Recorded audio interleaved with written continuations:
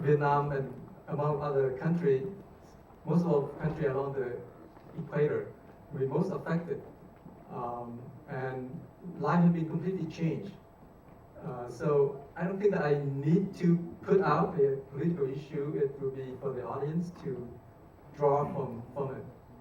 So that's how I approach this film. Certainly, it's not one way. It's just one way. It's not the only way. But that's how I chose to approach this film.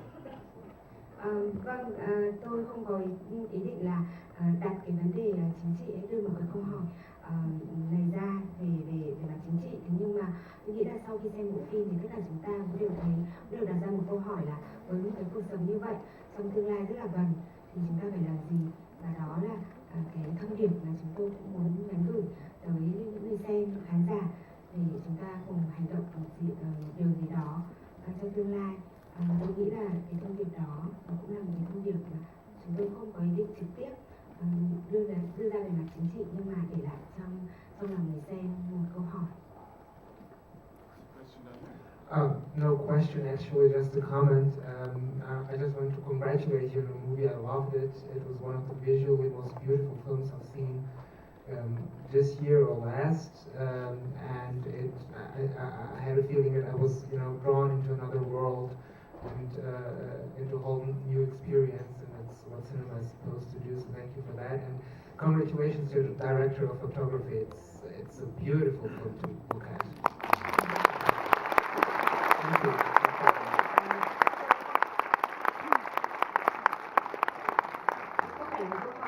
Tôi xin chúc mừng đạo diễn và đặc biệt là đạo diễn hình ảnh, bởi vì là chúng tôi vừa được sống qua những cái giây phút mà sống với bộ phim, cảm thấy như mình đang được sống trong một thế giới khác với những cái hình ảnh rất là đẹp, và một lần nữa là xin chúc mừng đạo diễn và đạo diễn hình ảnh. Any more questions from your side? Raise your hand and wave for the microphone. Yes, right here again. Thank you. Yes, good evening. Can you please tell us a bit about the background of making such a movie in Vietnam? How difficult it is, or what has been the most problematic aspect of producing such a film? And also, I would be interested to know whether you can show this film in Vietnam and what hurdles you might face to show such a film. Thank you. Câu hỏi của tôi là xin đạo diễn và đạo diễn chia sẻ một chút về bối cảnh phim ở Việt Nam, và liệu bộ phim với những cái ý tưởng như thế này thì sẽ được công chiếu một cách chính thức ở Việt Nam hay không? First of all, the second part of the question first.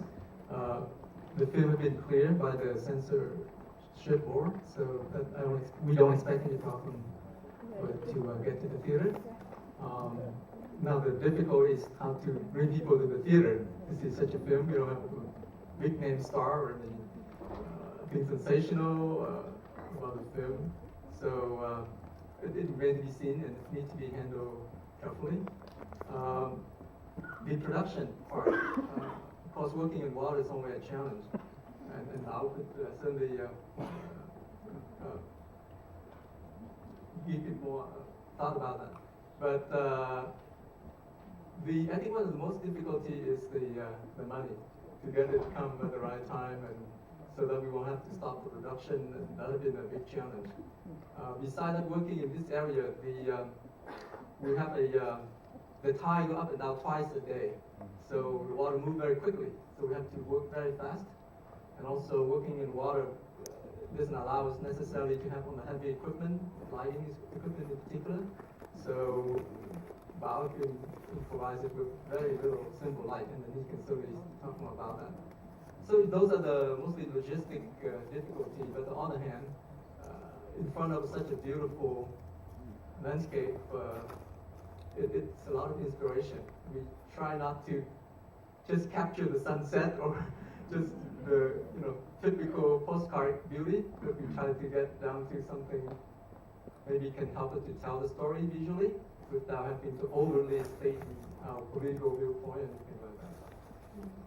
Tôi xin trả lời về ý thứ hai trước, nghĩa là bộ phim này thì trước khi mà được ý tưởng và xây dựng thì đã được kiểm duyệt phía Việt Nam, cho nên là chắc chắn là sẽ được công chiếu ở các rạp chính thức ở Việt Nam. Tuy nhiên điều lo ngại của chúng tôi là làm thế nào kéo được khán giả đến rạp, thì đó là một câu hỏi lớn hơn. Thế còn về câu hỏi ý thứ nhất của ông hỏi về bối cảnh diễn ra những cái khó khăn đoàn làm phim gặp phải, thì đúng là có rất nhiều khó khăn. Cái khó khăn lớn nhất cũng giống như rất nhiều bộ phim khác là chúng tôi cần cái đầu tư về mặt tài chính, thì cũng là một khó khăn rất là lớn. Ngoài ra là cái bối cảnh của các khán giả đã xem là trên sông Nước, và cái điều kiện ở Việt Nam là thủy triều lên xuống 2 lần trong ngày, nên là cái thời gian để quay rất là ngắn. Đồng thời là về mặt ánh sáng thì có lẽ là đạo diễn về hình ảnh sẽ trình bày nhiều hơn, nhưng mà chúng tôi cũng có những cái khó khăn nhất định trong việc tạo ánh sáng để quay cho phim.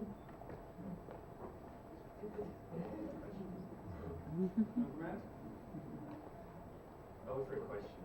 Yes, please go ahead. No. What do you prefer question?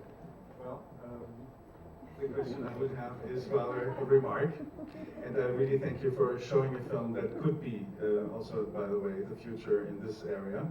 And the Netherlands would be definitely also part of this, and even the Eastern Baltic Sea will come much closer, so we can relate on that level. But on the other hand, you show a film where young farmers have to live above their land that caused the existence of their forefathers by building their house on stilts. I think this is like an incredible statement to the world that we're living in, and that of course the corporate companies come in immediately to also profit from that terrible situation. I don't know what could be a stronger political statement. So I thank you very much for having a beautiful and very strong film from Vietnam. For opening the Panorama. Thank you.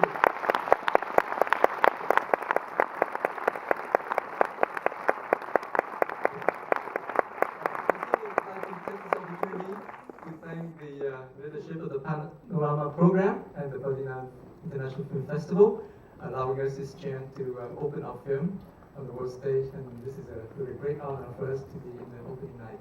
Thank you.